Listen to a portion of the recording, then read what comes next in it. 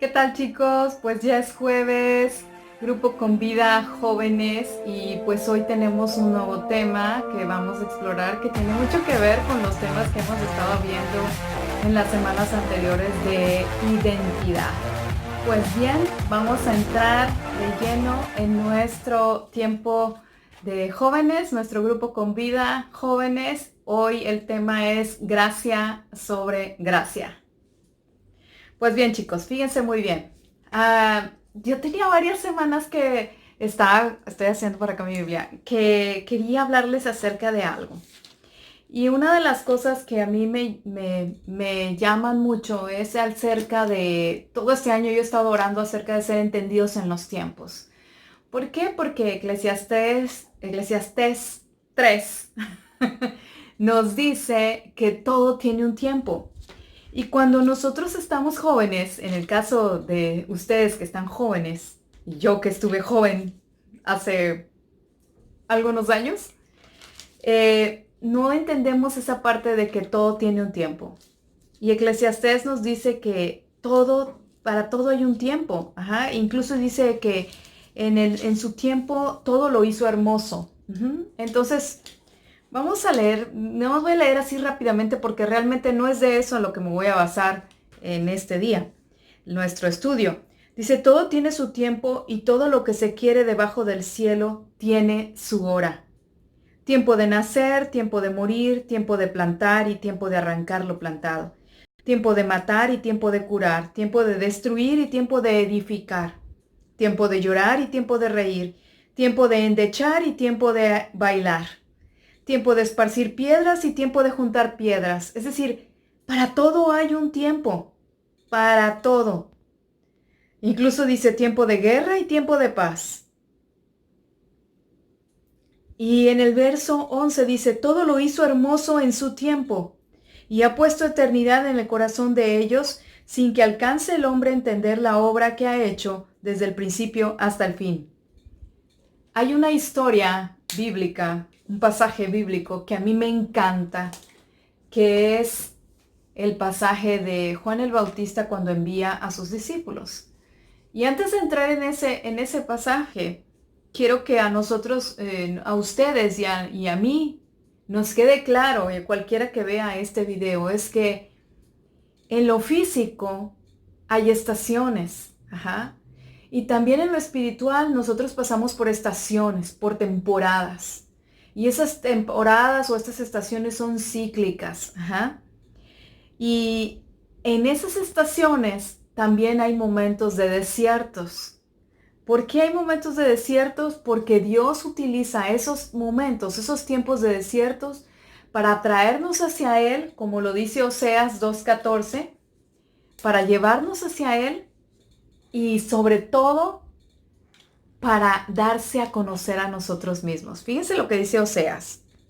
Dice, pero he aquí que yo la atraeré y la llevaré al desierto y hablaré a su corazón. Y el 15 dice, y le daré sus viñas desde allí y el valle de Acor por puerta de esperanza, y allí cantará como en los tiempos de su juventud y como en el día de su subida de la tierra de Egipto.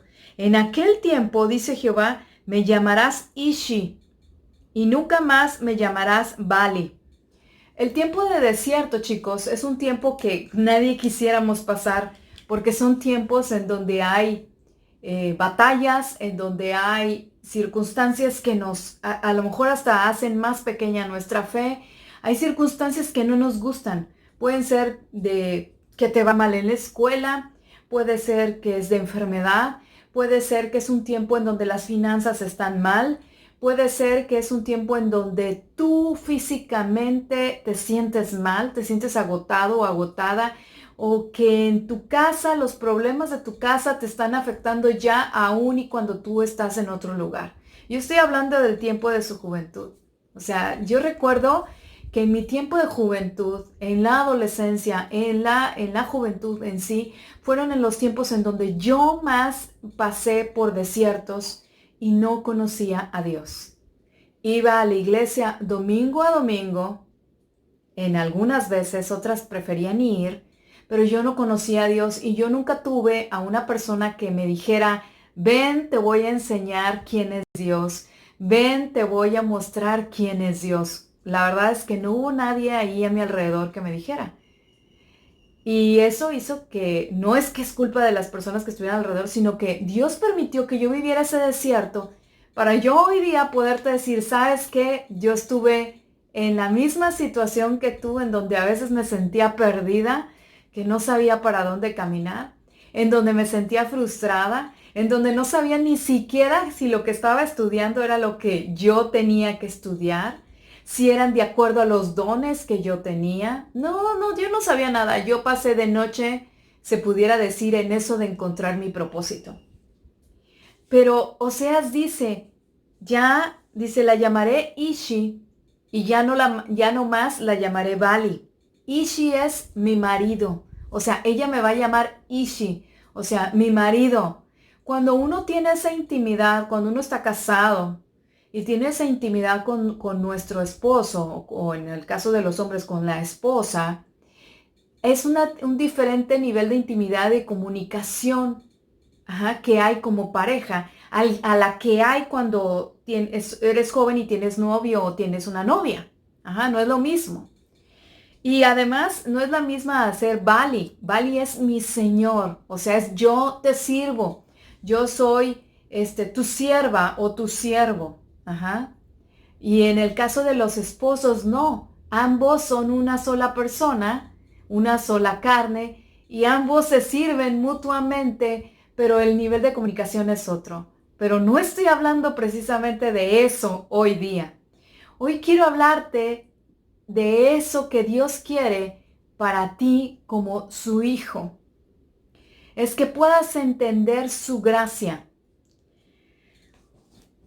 En el pasaje que hoy vamos a leer, que es Mateo 11, del 2 al 11, fíjate bien, hace mucho mi esposo predicó ese pasaje a los niños. Mi esposo es el antimaestro, no llevaba ayudas visuales, no llevaba nada. Y Dios le reveló muchas cosas acerca de ese pasaje. Pero yo estudiando esto, Dios me reveló otras cosas que yo dije, wow, no cabe duda que cuando uno se sumerge en la palabra de Dios, Dios te revela aquello que necesita que tú sepas en este momento, en esta temporada de tu vida. Entonces vamos a leer juntos. Dice, y al oír Juan, el Mateo 11:2, y al oír Juan en la cárcel los hechos de Cristo, le envió 2 de sus discípulos para preguntarle, ¿eres tú aquel que ha de venir o esperamos a otro? O sea, entendamos una cosa, chicos. Juan el Bautista es primo de Jesús. Jesús fue lleno del Espíritu Santo, más bien Juan el Bautista fue lleno del Espíritu Santo cuando estaba en el vientre, cuando se encontró con Jesús, que estaba en el vientre de su madre. Es decir, cuando Elizabeth y María, ambas embarazadas, se encuentran, yo me imagino panza con panza, Juan el Bautista brinca, es lleno del Espíritu Santo por Jesús que estaba en el vientre de María. O sea, es su primo, eran primos. Juan el Bautista, que tenía el espíritu de Elías, es el que fue enviado, como dice la palabra, para preparar camino al Mesías, para preparar camino a Jesús, a nuestro Salvador. Y ese mismo Juan el Bautista, que se vestía de pieles y comía langostas y andaba así como, yo me lo imagino así como el ecoloco. Bueno, ustedes no conocen al Ecoloco, pero era un personaje de Burbujas hace muchos años, no lo conocen. Pero era así todo con rastas. Imagínense a alguien así como tipo indigente que andaba así por la calle y que parecía loco. Y sin embargo, Juan el Bautista sí andaba en el desierto y a todo el mundo le gritaba, arrepiéntanse, el reino de los cielos se ha acercado, arrepiéntanse. Y a los fariseos les decía, generación de víboras, sepulcros blanqueados. O sea, él predicaba acerca de quién vendría. Y siempre decía, hay uno que viene detrás de mí, que no es digno de atar ni desatar mis sandalias. Ajá, o sea, no soy digno yo de atar y desatarle las sandalias. O sea, decía, yo no soy digno de él. Y sin embargo, cuando Jesús se lo encuentra y él está ejerciendo su ministerio, Juan el Bautista, en el río Jordán, va y le dice, bautízame. Y Juan le dice, no, ¿cómo crees? Dice, sí, tú me vas a bautizar. Y Juan el Bautista bautiza a Jesús. Pero ahora Juan el Bautista está en la cárcel. ¿Y está en la cárcel por qué? Pues porque la hija de la esposa de Herodes le traía ganas y como él no se dio obviamente, pues dice, pues encarcélalo, ¿no? Y después sabemos que le va a pedir la cabeza de Juan el Bautista. Ajá, se aprovecha. Pero este Juan que está en la cárcel manda decir a sus discípulos que si su primo, que vayan y le pregunten a su primo si es él el que estaban esperando. ¿Eres tú aquel que había de venir o esperamos a otro? Juan, en su desesperación, en ese desierto, en esa prisión, Juan tiene dudas. Juan incluso duda de que cuando bautizó a Jesús, tal vez él está diciendo, ¿será que lo que escuché fue verdad? Que se abrió el cielo y se oyó una voz y dijo, este es mi hijo amado en quien tengo complacencia. ¿Será verdad eso? ¿Será que lo que escuché fue real? Él tiene dudas y dice, pues para sacarme de las dudas, le mando preguntar. Y manda a sus discípulos. Y Jesús, veamos la actitud de Jesús. Dice, y respondiendo Jesús les dijo, id y haced saber a Juan las cosas que oís y veis. En Lucas dice que Jesús toma a sus discípulos y le dice, vénganse conmigo, vamos. Y los lleva y empieza a ver, empieza a sanar a los ciegos, empieza a sanar a los sordos, les dicen, vean lo que hago. Y entonces aquí en el verso 5, díganle esto, los ciegos ven, los cojos andan, los leprosos son limpiados, los sordos oyen, los muertos son resucitados y a los pobres es anunciado el evangelio.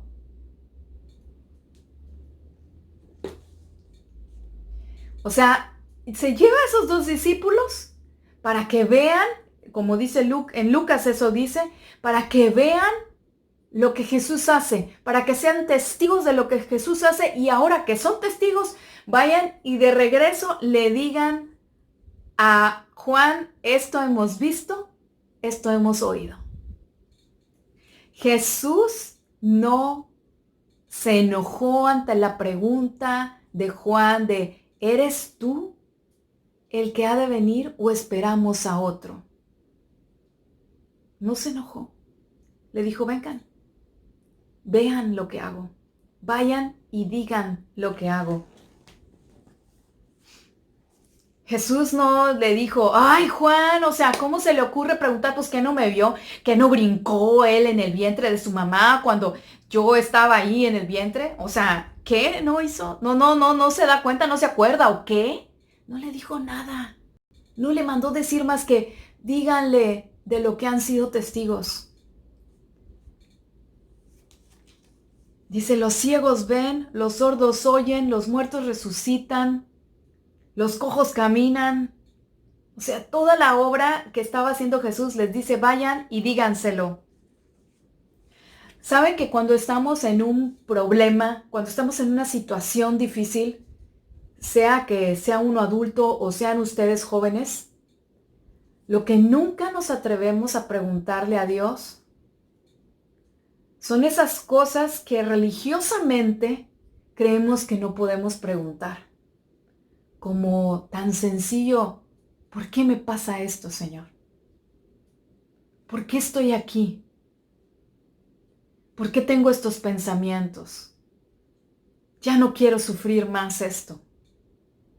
No nos atrevemos a preguntarle porque pensamos que si le preguntamos, porque siempre nos han enseñado que no preguntemos por qué, sino para qué.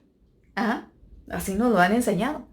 Entonces, si nosotros le preguntamos, es como decir, Es que Dios se va a enojar conmigo si yo me atrevo a preguntarle. Y Dios no se enojó con Juan. Dios, al contrario, tomó a sus discípulos y dijo, vengan, vean. ¿Por qué? Porque cuando ustedes sean testigos y vayan y le digan, Juan va a aumentar su fe.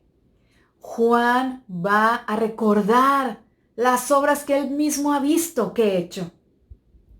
Cuando nosotros entramos en un desierto, lo que nos mantiene en ese desierto, o más bien lo que nos mantiene, pero que nos aviva, lo que aumenta nuestra fe, es recordar aquellas cosas de las que fuimos testigos. Recordar aquellas cosas de las cuales Dios nos sacó antes.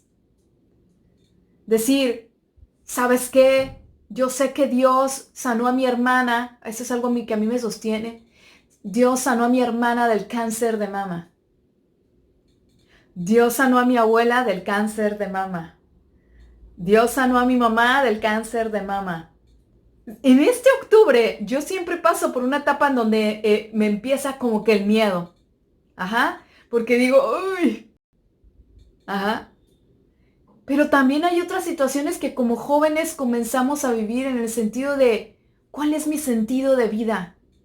¿Cuál es mi propósito? ¿Será que de verdad esta es la carrera que tengo que estudiar? O sea, tanto que batallan mis papás para que yo esté aquí y luego a mí no me va tan bien en la escuela. ¿Será que es de verdad esto? Y comenzamos a dudar. Y la duda efectivamente es un arma de Satanás, pero también el desánimo, ese que nos impide llegar y preguntar a los pies de Cristo y decirle, me siento así, me siento mal. No sé por dónde voy, me siento extraviado, me siento extraviada. O sea, esto que estoy viviendo no me lo esperaba. Ajá. Y Dios siempre va a responder. Dios siempre nos va a responder. Él no está enojado con nosotros, Él no está enojado contigo, ni se enoja cuando le preguntas por algo así. No se enoja. ¿Por qué? Porque Él te ama, porque Él te conoce, porque Él anhela que vayas a su presencia y le hagas preguntas, como dice David. Dice, una sola cosa he demandado al Señor, que esté yo en su templo todos los días de mi vida para inquirir. Inquirir, chicos, es preguntar, para preguntar.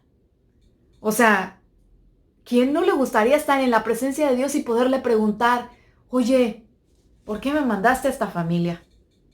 Oye, ¿por qué me mandaste con estos hermanos o hermanas? Oye, ¿cómo hiciste los cielos? Oye, ¿cómo hiciste el mar? ¿Cómo dividiste la tierra del mar? ¿Por qué el mar no se trepa de más a la tierra? ¿Por qué el mar respeta sus límites? ¿Por qué el cielo respeta sus límites sobre la tierra? Eso era lo que decía David. Para inquirir en su templo todos los días, para preguntar, para deleitarme en su majestad de su presencia. Y Juan el Bautista llega con esa pregunta, sus discípulos llegan con esa pregunta de Juan el Bautista y Jesús ni siquiera se enoja, no dice nada, simplemente dice, vengan, vamos, vean lo que vamos a hacer, lo que voy a hacer y vayan y díganle lo que vieron.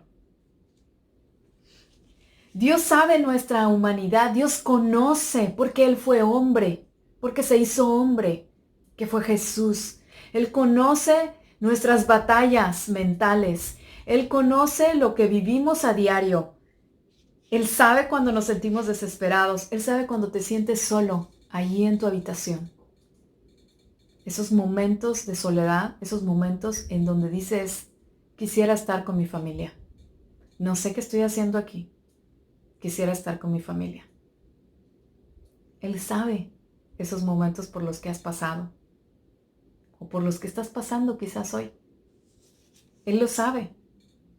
Pero ¿sabes qué?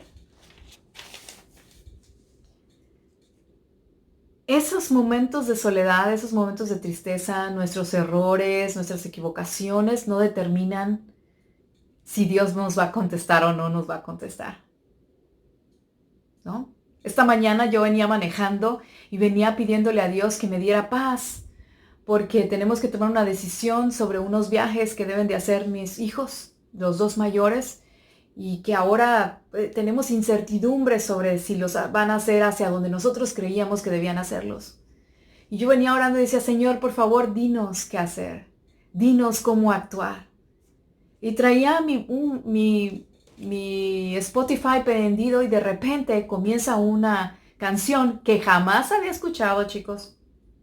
Ni me acuerdo quién la canta porque nunca había escuchado ese grupo, pero de repente así, de manera random, así, sale y la canción se llama Be Still, Estad quietos. Y se basa en ese salmo de Estad quietos y conoced que yo soy Dios. Y la canción habla de cómo cuando estamos en una tormenta, vemos todo nublado, todo negro, y no pensamos que pronto va a salir el sol, no pensamos que pronto se va a calmar la tormenta, sino que simplemente estamos mirando la tormenta y queremos ver qué hacer, cómo le hago para salir de aquí. Pero cuando Dios dice, be still, estad quietos y conocer que yo soy Dios, es para mostrar su poder, para mostrarnos quién es Él, para mostrarnos que Él nos puede salvar, que Él tiene ese poder para salvarnos. Porque conoce quiénes somos, conoce que nos desesperamos. Ajá, y dice, espérate, estate quieto, estate tranquilo. Cuando yo escucho esa canción dije, wow, o sea, me contestaste así, en segundos. En segundos me contestaste, Señor. Dije, ok, voy a estar quieta. Voy a esperar en paz por lo que tú vas a hacer. Cuando Jesús no responde de manera enojada a Juan, Jesús muestra su gracia. No se enoja, muestra la gracia sobre Juan.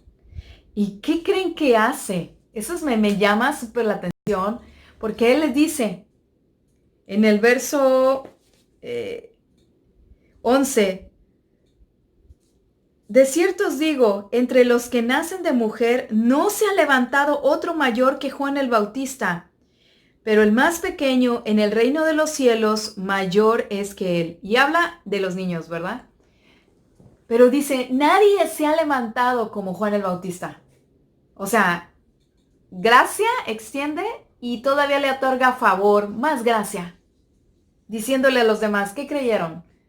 ¿Que porque él duda ya vieron algo que se sangolotea? No. Dice, él es un profeta. Él es del que hablaban los profetas, de Elías, el que había de venir, él es. O sea, lo exalta. En el momento en que nosotros nos humillamos delante de Dios y le decimos, no puedo con esto, no puedo con lo otro. ¿Por qué estás haciendo esto conmigo? ¿Para qué lo haces? En ese momento Dios conoce y sabe que estamos desesperados y otorga su gracia.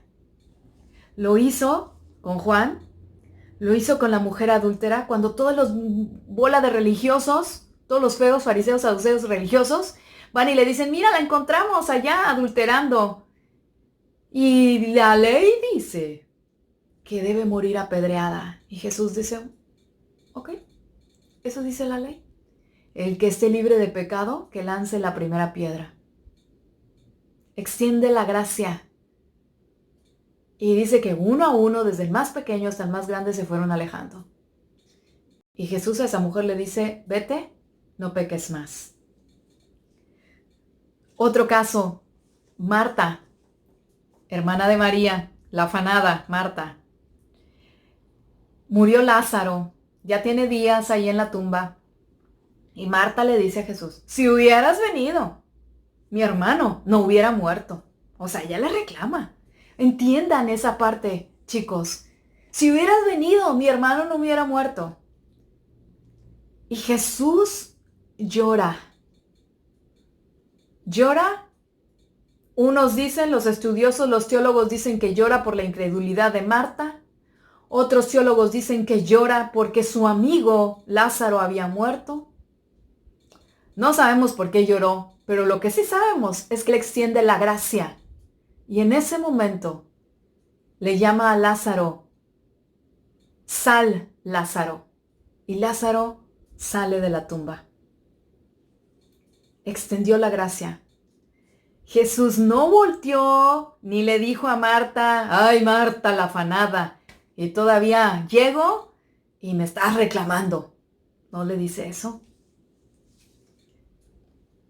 Otra forma, otra historia más. Jesús está en la cruz del Calvario, en medio de los ladrones que merecían la muerte de cruz. Y uno de ellos le dice, ay, si eres el Dios, si eres el Cristo, pues bájate y bájanos a nosotros de una vez, ¿no? Y el otro le dice, oye, espérate, nosotros merecemos estar aquí, pero él no lo merece. Y Jesús voltea y le dice, de cierto te digo que hoy estarás conmigo en el paraíso. Y le dijo a ese que lo había reconocido como Dios, como el Mesías, como su Salvador. Y no se volteó y le dijo al otro, y tú mereces la muerte. No le dijo nada. Sino que con todo eso que estaba viviendo, los centuriones abajo echando suertes por su ropa, escupiéndole y diciéndole, bájate, y diciéndole de cosas, él dice, Padre, perdónalos, porque no saben lo que hacen. Gracia. Nuestro Salvador vino a extender la gracia sobre nosotros, a darnos vida cuando no la merecíamos, a salvarnos cuando no merecíamos la salvación, porque dice que la paga del pecado es muerte. Y chicos, así como todo tiene un tiempo, y hay estaciones en la vida que son difíciles y que a veces los inviernos parecen más prolongados o más crudos y que deseáramos que hubiera una primavera en nuestra vida, podemos ir con esa certeza de que sabemos de que hay temporadas en nuestra vida. También podemos saber y creer que también podemos tener malos momentos en donde podemos llegar a dudar, en donde podemos tener preguntas, pero podemos acercarnos confiadamente al trono de su gracia. Y podemos llegar y preguntarle, ¿por qué estoy viviendo esto? ¿Cuál es el propósito del por qué estoy viviendo esto? ¿Qué quieres hacer de mí? Ayúdame, porque no puedo vivir esta temporada sin ti.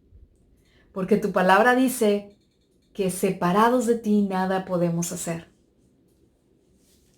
Como cuerpo de Cristo que somos, debemos de extender esa gracia que nos fue extendida a nosotros primeramente. ¿Saben por qué? Porque a veces actuamos como los religiosos y podemos decirle a otro, no, hombre, ¿cómo te atreves a preguntarle eso a Dios? O no, ¿cómo crees? Lo que estás viviendo es porque seguramente pecaste o porque eres un pecador. Y no, vivimos desiertos porque Dios nos lleva a esos desiertos. Jesús mismo, por el Espíritu de Dios, fue llevado al desierto antes de comenzar su ministerio. Si Jesús fue al desierto y venció al desierto, ¿cuánto más no iremos nosotros a un desierto? ¿Y cuánto más Dios no escuchará todas esas preguntas que tenemos que hacerle? Dios las escucha. No es que no las escuche, Dios las escucha. Él está esperando por nosotros para esas preguntas hacérselas, Él contestarlas y extender su gracia. Así que, si tienen preguntas que no se han atrevido a hacer, en esta semana, chicos, busquen un tiempo en donde ustedes puedan derramar su corazón y puedan abrir ese corazón ante Dios y decir, tengo estas preguntas. Quiero que me las contestes. Y abre tu corazón para escuchar la voz de Dios, porque Él va a extender su gracia sobre ti y te va a contestar. Pero tienes que estar abierto. porque Él te va a contestar. Mi oración en esta semana es que ustedes puedan recibir esa gracia que Dios les ha otorgado y puedan deshacerse de esas vestiduras de religiosidad para ir confiadamente al trono de la gracia de nuestro Padre, para poder inquirir en su templo, para poder tener esas respuestas que tanto anhelan como jóvenes y para poder vivir este tiempo que les ha tocado vivir y ser luz y sal en el lugar en donde ustedes están. Que Dios les bendiga, chicos. Nos vemos la próxima semana. Que tengan una bendecida semana. Bye bye.